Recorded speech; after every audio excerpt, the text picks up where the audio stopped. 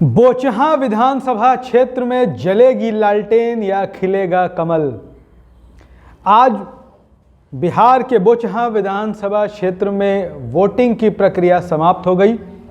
हम आपको बता दें कि यहां पर वीआईपी मुकेश सहनी की पार्टी विकासशील इंसान पार्टी से मुसाफिर पासवान बोचहां विधानसभा क्षेत्र से विधायक के रूप में जीतने में कामयाब हुए थे वर्ष 2020 के विधानसभा चुनाव में। लेकिन विगत दिनों बीमारी की वजह से मुसाफिर पासवान का असामयिक निधन हो गया, उनकी मृत्यु हो गई और उसके बाद इस सीट पर उपचुनाव करवाए जा रहे हैं। हम आपको बता दें कि वर्ष 2020 के चुनाव में और अभी के चुनाव में बहुत बड़ा फासला हो चुका है। उस बार के विधानसभा के चुनाव में राष्ट्रीय जनता दल के उम्मीदवार थे रमई राम और उनके सामने एनडीए से थे मुसाफिर पासवान। लेकिन इस बार उल्टा हो चुका है, इधर एक गठबंधन टूट चुका है, या ये हम कहें कि सारे गठबंधन टूट चुके हैं। आरजेडी और कांग्रेस का भी गठबंधन टूट चुका है। कांग्रेस ने भी यहाँ पर अपना अलग उम्मीदवार उतारा है और भारतीय जनता पार्टी और वीआईपी का भी गठबंधन टूट चुका है।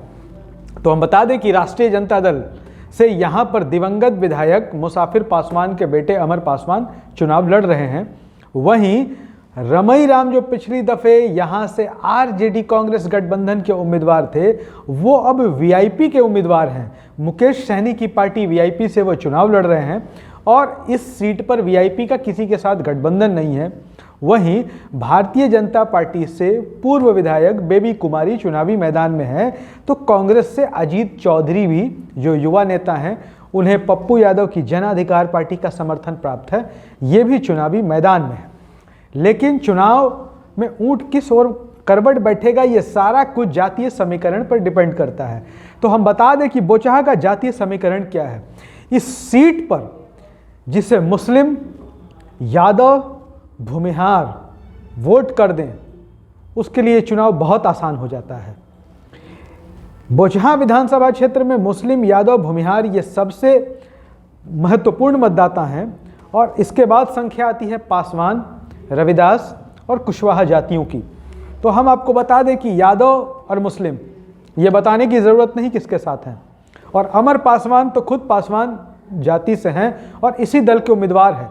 जबकि बिहार में पासवान जातियों का वर्चस्व या वोट चिराग पासवान के साथ माना जाता है। चिराग पासवान की पार्टी ने यहाँ अपना कोई उम्मीदवार नहीं दिया है, लेकिन माना जा रहा है कि उनका मौन समर्थन इस सीट पर अमर पासवान यानी कि आरजेडी के उम्मीदवार को है। वहीं जो सबसे निर्णायक बात इस सीट पर आकर के खड़ी हो गई है, वो है भूमिहार वोटर। भूमिहार समाज को पारंपरिक तौर पर बीजेपी का वोटर या एनडीए का वोटर माना जाता है।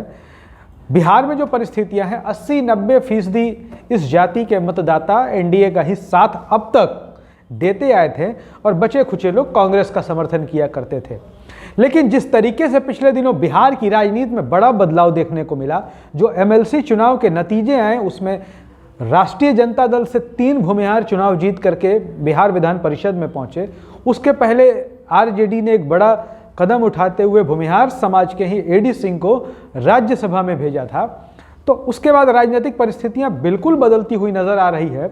बड़ी संख्या में भूमिहार वोटर, जिन्हें आरजेडी का कट्टर विरोधी माना जाता था, वो खुलकर लालटेन का बटन दबा रहे हैं और ऐसा वो लोकल न्यूज चैनल्स या जो भी न्यूज पोर्टल्स हैं, वेबसाइट हैं, लोगों से बात कर रहे हैं, उनके संवाददाता जाकर के, तो भूमिहार समाज खुल के कह रहा है। हालांकि हम ये भी कह देते हैं कि पूरी तरीके से भूमिहार समाज आज राजद के पक्ष में नहीं आया है, लेकिन बड़े पैमाने पर भूमिहार समाज का वोट इस बार राष्ट्रीय जनता दल को मिल रहा है और इसमें एक बड़ी भूमिका राष्ट्रीय जनजन पार्टी के अध्यक्ष और भूमिहार ब्राह्मण एकता मंच के संयोजक आशुतोष कुमार भी निभा रहे हैं। आशुतोष कुमार को भी एक समय में आरजेडी और तेजस्वी यादव का बड़ा विरोधी माना जाता था, लेकिन भूमिहार समाज के मन में ये बात बैठ गया है कि बीजेपी हमें बंधुआ मजदूर समझती है और बिहार की राजनीति में भूमिहार समाज कितना महत्वपूर्ण है, कितनी ताकतवर भूमिका निभाता है, ये किसी से छिपा हुआ नहीं है। तो जिस तरीके से वोटरों के आंकड़े जो निकल के सामने आ रहे हैं, मुस्लिम, यादव, पासवान और भूमिहार समाज जिस तरीके से राजद के पक्ष में वोट दे रहा है, वैसे में राष्ट्रीय जनता दल की इस सीट पर बड़ी जीत हो जाए तो कोई बड़ी बात नहीं होगी। और एक दूसरा उदाहरण हम आपको दे दें कि अभी बिहार में पिछले दिनों भी विधानसभा के 2 सीटों पर उपचुनाव हुए थे, एक कुशेश्वर स्थान और दूसरा तारापुर। दोनों सीटें जेडीयू की थी, वो भी जेडीयू के विधायकों के दिवंगत होने की वजह से, यानी कि मृत्यु होने की वजह से खाली हुई थी। जेडीयू को इसका लाभ मिला था और सहानुभूति लहर पर सवार होकर दोनों सीटों पर जेडीयू के उम्मीदवार फिर से जीतने में कामयाब हुए थे। वही फैक्टर इस बार बोचहां विधानसभा क्षेत्र में भी नजर आ रहा है। मुसाफिर पासवान की मृत्यु हुई है, उनके पुत्र अमर पासवान के साथ सहानुभूति दिखाई दे रही है। एक तो जातीय समीकरणों का एक होना, दूसरी तरफ एनडीए के आधार वोट में बड़ी टूट होना, और तीसरी ओर सहानुभूति लहर ये बता रही है कि जाहिर तौर पर बोचहां विधानसभा क्षेत्र में राष्ट्रीय जनता दल के उम्मीदवार अमर पासवान की जीत होने जा रही है। दूसरे और तीसरे स्थान को लेकर के बहुत लोगों के बीच में मतभेद है, लेकिन हमें लगता है कि दूसरा स्थान जो है वो बीजेपी की बेबी कुमारी को आएगा और तीसरे स्थान पर रमई राम की बेटी गीता देवी जो वीआईपी की उम्मीदवार हैं वो रह सकती हैं। बहरहाल ये हमारा अनुमान है, जो असली नतीजा है वो गिनती के दिन ही यानी कि 16 तारीख को पता चलेगा कि आखिर जनता ने किस पर अपना भरोसा जताया है और किसे खारिज कर दिया है। हमें उम्मीद है कि हमारा यह वीडियो आपको पसंद आया होगा, तो हमारे YouTube चैनल पे जाकर प्रेस जागरण जो हमारा चैनल है उसे सब्सक्राइब करना ना भूलें। अगर आप हमें Facebook पर देख रहे हैं तो हमारे वीडियो को शेयर जरूर करें और हमें फॉलो करें। धन्यवाद।